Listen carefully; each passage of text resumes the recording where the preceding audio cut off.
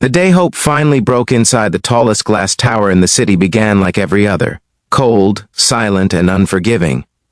From the top floor, where the CEO's office overlooked a skyline of ambition and steel, a wheelchair sat motionless near the window. In it was a teenage girl whose body had learned stillness far too young, whose eyes once burned with dreams but now stared through the world as if it no longer belonged to her.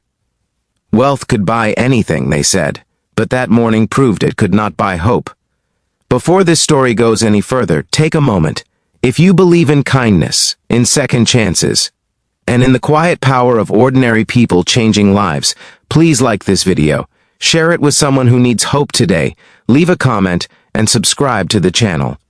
Stories like this deserve to travel far.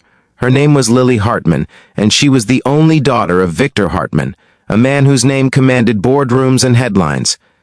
Victor had built an empire from nothing, clawing his way out of poverty with sleepless nights and relentless drive. He believed in control, in strategy, in numbers that always added up. But life had broken every rule he knew when a late-night accident shattered Lily's spine 2 years earlier. One moment she was laughing, arguing about music and college plans. The next, she was confined to a body that refused to answer her will. The best doctors came and went. The most advanced machines hummed around her hospital bed. Therapists promised progress, then quietly adjusted expectations. Victor paid without blinking, but with each passing month, Lily retreated further into herself. Her room became a place of shadows and closed curtains. The wheelchair became not a tool, but a symbol of everything she had lost. She stopped asking about the future. She stopped trying in therapy. Eventually, she stopped speaking much at all. Victor noticed everything and understood nothing. He sat beside her every night, powerful hands folded. Uselessly, watching his fortune fail him. He could negotiate billion-dollar deals but could not negotiate with despair. His world was built on results, and this was one problem that refused to be solved.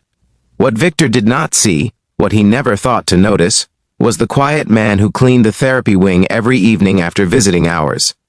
A single father named Daniel Reed, who wore worn sneakers and carried exhaustion like a second skin. Daniel had lost his wife to illness years earlier, and raised his young son alone while working 3 jobs to survive. This cleaning job was his last shift of the day, taken not for dignity, but for necessity. Daniel knew loss in a way that did not announce itself with headlines. He knew the kind that lingered, that followed you home, that sat beside you at night when the world went quiet. His son had once spent months relearning how to walk after a childhood illness weakened his muscles. Daniel remembered the nights of fear, the mornings of slow progress, the long road paved with patience rather than miracles. Each evening, as Daniel pushed his cart through the corridor, he noticed Lily.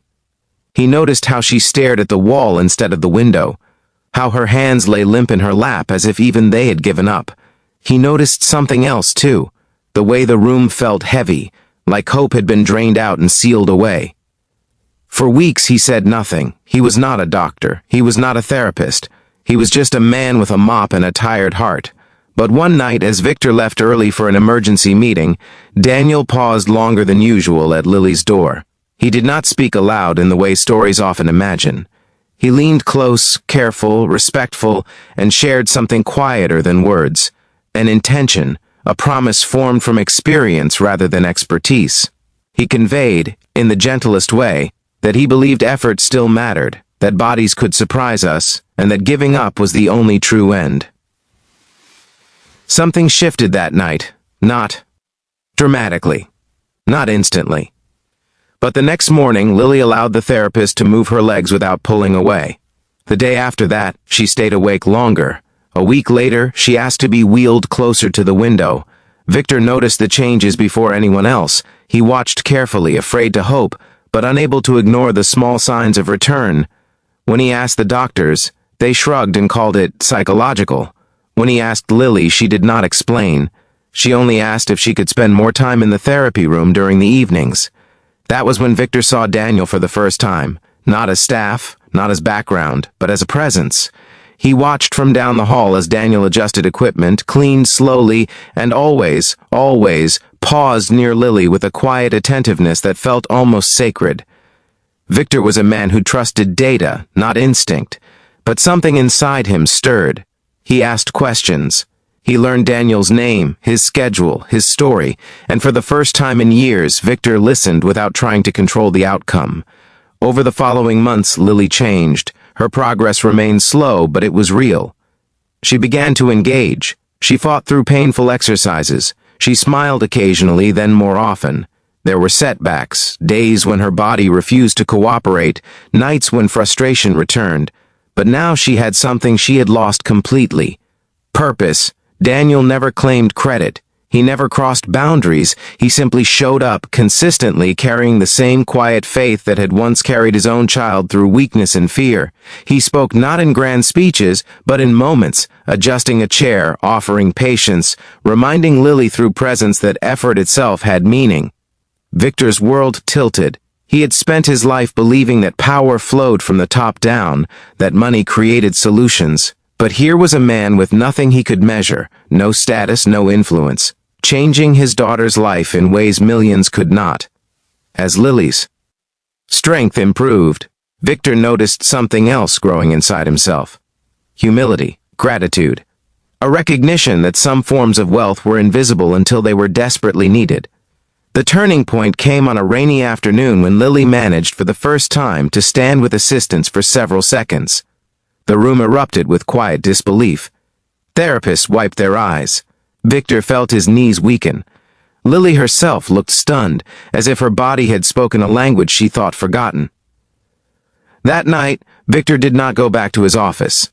He went home and sat alone, thinking not about profits or expansion, but about a janitor who had given his daughter a reason to try again.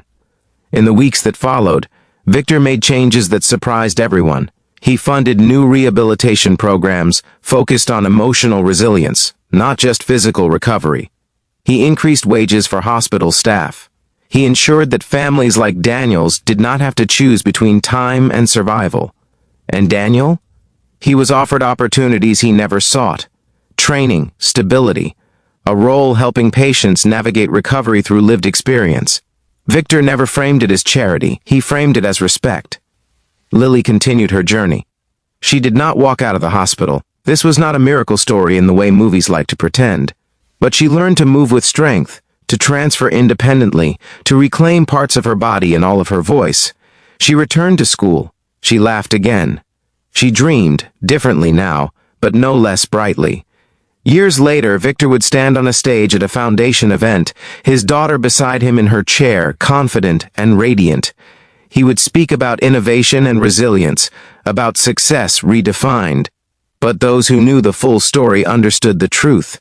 This transformation did not begin with a board decision or a donation. It began with a single father who refused to see a broken future where others had given up. If this story is touching your heart right now, if it's reminding you that small acts can create lifelong change, please take a moment to like this video, share it with someone who might need hope, and subscribe to the channel. Your engagement helps stories like this reach the people who need them most. Just before we end, we have one special request. Please comment below and tell us what part of this story moved you the most, or share a moment when someone's quiet kindness changed your life. Your words might inspire someone reading them today. Lily once believed her life had ended the day her body failed her. Victor once believed control was the same as love. Daniel never believed either of those things. And because of that, 3 lives, and countless others, were forever changed. Sometimes hope doesn't arrive with noise or miracles. Sometimes it arrives quietly, carrying a mop, whispering belief into the darkness, and waiting patiently for someone to believe again.